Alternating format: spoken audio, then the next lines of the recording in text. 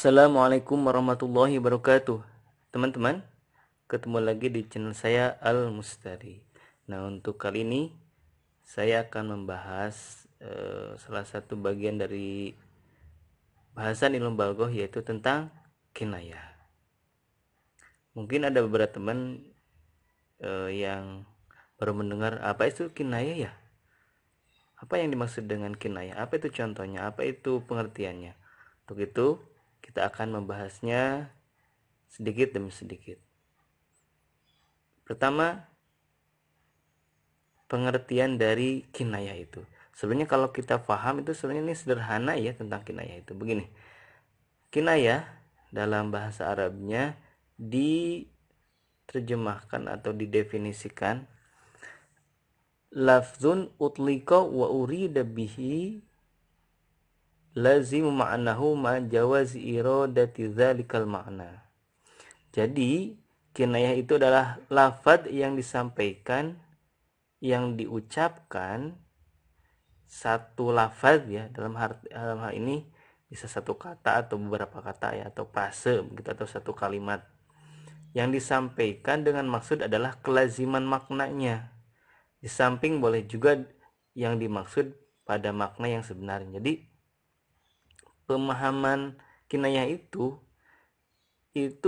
satu ungkapan yang diucapkan, tetapi yang dimaksudnya itu bukan arti kamus dari kata tersebut, melainkan kelaziman, kebiasaan yang dipakai oleh penutur aslinya, dalam hal ini orang-orang Arab tentunya. Jadi intinya adalah kinayah itu kalau dalam bahasa Indonesia disebut dengan idiom. Kinayah adalah idiom dalam bahasa Indonesia. Kalau kita paham tentang idiom, insya Allah lebih mudah ya. Jadi contohnya beginilah, kalau kita ngebahas tentang idiom ya dalam bahasa Indonesia. Oh, si Bruno orangnya keras kepala, contoh gitu ya. Keras kepala. Nah, keras kepala ini merupakan idiom. Kata yang difahaminya itu bukan makna kamusnya, bukan keras dan kepala. Oh, si Bruno itu kepalanya keras, gak difahami semacam itu kan? Ya. Tapi yang difahami dari keras kepala itu adalah orang yang kelazimannya ya, kita sebagai orang Indonesia adalah orang yang uh, susah dinasehatin gitu ya, kalau nggak diomongin tuh ngeyel dan lain sebagainya gitu. Contoh lain kan, uh, dia adalah buah hatiku, contoh ya.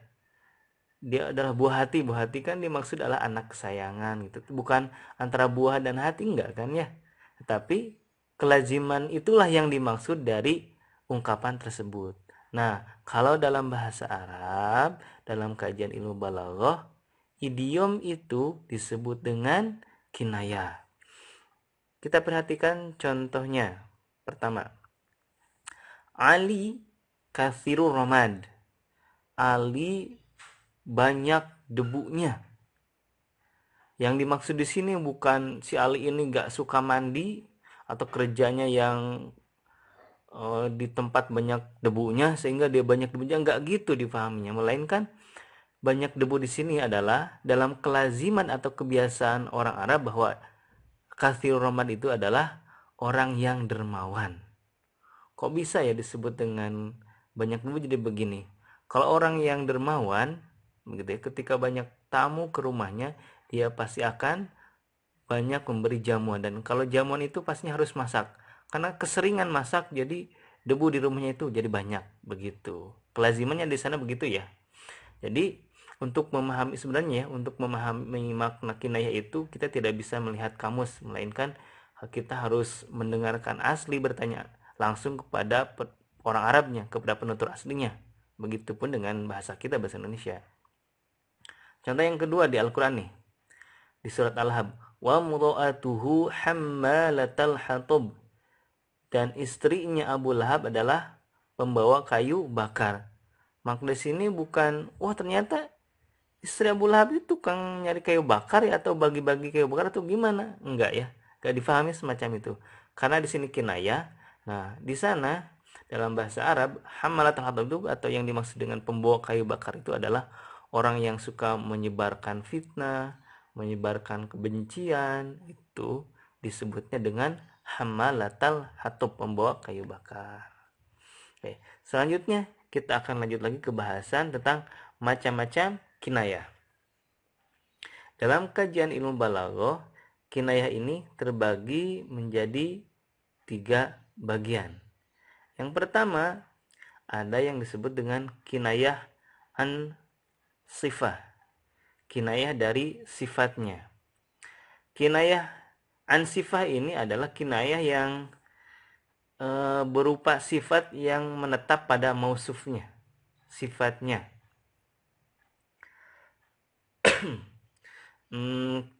Dan kinayah an sifah ini terbagi 2 ya. Ada yang qoribah, ada yang ba'idah. Qoribah itu yang dekat, jadi pemahamannya mudah, langsung lah gitu. Ada juga yang ba'idah, harus ada perantaranya, agak jauh gitu ya dari kewajibannya. Contoh yang qoribah yang dekat. Fulan saubuhu tawil.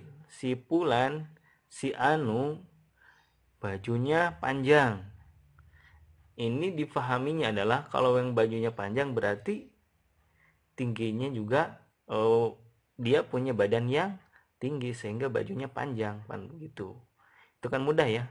Oh, bajunya panjang berarti dia punya badan yang tinggi dong gitu. Kalau yang ba'idah, yang jauh, contoh huja yadubu 'alal aso. Si huja, si Juhama, dia berjalan dengan tongkat. Berjalan dengan tongkat. Nah, kebiasaannya kalau orang berjalan dengan tongkat artinya apa? Sudah tua ya? Sudah tua. Nah, ini kan difahaminya kalau dia orang yang berjalan kemudian menggunakan tongkat, artinya dia sudah tidak kuat lagi dengan berjalannya sehingga dia menggunakan tongkat. Bagian selanjutnya adalah kinayah an mausuf. Kinayah tentang mausufnya. Jadi yang dimaksud dengan kinayah an mausuf adalah kinayah yang mukan anhunya itu berupa mausuf atau sesuatu yang disifati lah gitu. Contoh, huwa harithun ala malihi. Dia penjaga hartanya. Huwa harithun ala malihi. Dia penjaga hartanya. Maksud kelaziman dari bahasa Arab yang menjaga hartanya di sini adalah orang yang kikir, orang yang pelit, ya. Itu di idiomnya di sana itu adalah penjaga harta diri sendiri, artinya gak mau bagi-bagi orang lain gitu ya. Itu di sana itu maksudnya begitu ya.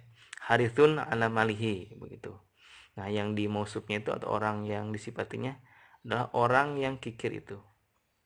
Kemudian yang ketiga, yang terakhir adalah kinayah an nisbah. Kinayah nisbah itu kinayah yang disebutkan sifatnya namun tidak disandarkan kepada pemilik atau zat yang memiliki sifat tersebut, tetapi disandarkan kepada sesuatu yang berkaitan erat dengan kemestian dari zat itu. Contohnya gini ya. Al-majdu yatba'u dhillah. Kemuliaan mengikuti bayangannya. Al-majdu kan kemuliaan. Kemuliaan itu kan ini ya, sifat, bukan orang kan. Yatba'u dhillah. Dia mengikuti bayangannya. Dhillah di sini kan harus kembalinya ke al-majdu ya, bukan ke orangnya ya, bukan ke orangnya, begitu. Sekarang kita lanjut ke pembahasan selanjutnya, yaitu tentang tujuan dari adanya kinayah.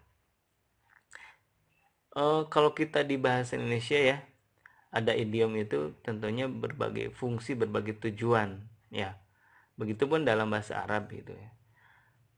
Pertama, adanya kinayah itu adalah untuk menjelaskan atau mendeskripsikan atau menggambarkan sesuatu gitu ya, biar lebih jelas begitu. Contoh ya di sini. Qara'a Ahmadu sinnahu. Ahmad menghentakkan giginya gitu. Atau apa ya istilahnya, bergetar gitu giginya gitu ya. Ada suaranya gitu ya. Nah, ini kinayah untuk orang yang marah. Kan kalau orang marah kan mungkin saking emosi begitu sehingga giginya tabrakan, nggak tahu saling ketemu gitu ya, karena dia marah. Kalau di kita kan idiom untuk kemarahan biasanya disebut dengan naik pitam atau naik darah kan gitu ya. Itu kan saking marah kan orang gitu berdarah ya, begitu kuat gitu ya emosinya sehingga disebutnya dengan merah wajahnya atau gimana gitu ya. Kemudian yang kedua untuk meringkas kalimat, artinya biar kita gak perlu panjang lebar menjelaskannya sehingga disebutkan dengan idiom. Contohnya yang meringkas kalimat, fulan mazhulul fasil, si fulan itu kurus anak sapinya. Nah, yang di sana yang dimaksud dengan kurus sapinya itu bukan orang miskin ya, melainkan orang yang dermawan.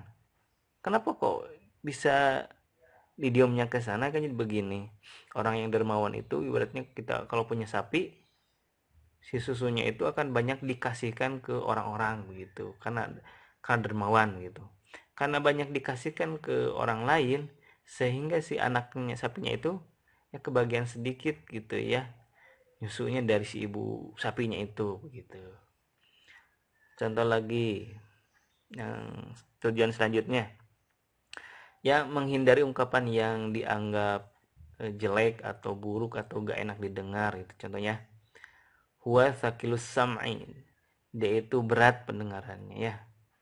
Ya, yang dimaksud dengan di sana adalah tuli gitu. Berarti nggak sopan juga ya, gak enak juga gitu nyebut situ budek gitu, mungkin nggak ini ya, tapi dia disebutkannya dia itu pendengarannya kurang begitu ya, kita semacam itu supaya lebih enak lah disebutkannya biar ini gitu ya. Atau kalau di bahasa Indonesia kan ada istilah oh saya mau ke belakang gitu ya. Kalau di nanyain orang mau ke belakang itu bukan mau ke belakang rumah kan, kalau orang nanya ke belakang pasti ke WC kan gitu. Mungkin biar lebih enak nyebutnya atau biar lebih sopan gitu ya, nyebutnya ke belakang gitu kan. Nah, contoh lagi memelihara kesopanan yang keempat. Nih salah satunya di Al-Qur'an aulamastumun nisa atau menyentuh perempuan, kan di sana dibahasakannya menyentuh padahal yang dimaksud adalah berhubungan suami istri itu ya. Ya kita juga contoh kalau kita mau ke belakang kan kita nyebutnya BAK, BAB, buang air kecil, buang air besar gitu ya. Itu kan kalau yang dimaksud asli kan bukan buang air besar, itu bukan ngeluarin air yang banyak gitu, bukan kan yang maksud adalah buang air besar itu kan buang feses kan gitu ya, atau pis atau pup lah gitu ya, semacam itu kan biar lebih sopan kita menyebutkan dengan masalah buang air gitu ya, kalau di bahasanya semacam itu. Jadi sebenarnya mudah ya memahami ini ya, memahami tentang konsep kinayah itu. Selanjutnya juga ada menyembunyikan nih ya, atau tidak melapangkan secara gamblang lah. Contohnya ahludar atau penghuni rumah ya. Penghuni rumah itu bukan artinya orang-orang yang orang lain itu yang ada di rumahnya, tapi maksud adalah ahludar itu penghuni rumah adalah istrinya begitu ya. Kalau ada ahlul bait, ahlul bait kan maksudnya keluarganya semacam itu ya, dan lainnya. Itulah teman-teman pembahasan hari ini tentang kinayah tadi ya, mulai pengertian, kemudian pembagian dan juga contohnya. Semoga mudah dipahami. Kalau ada yang ingin ditanyakan silahkan diisikan saja di kolom komentar. Sekian dan demikian. Wassalamualaikum warahmatullahi wabarakatuh.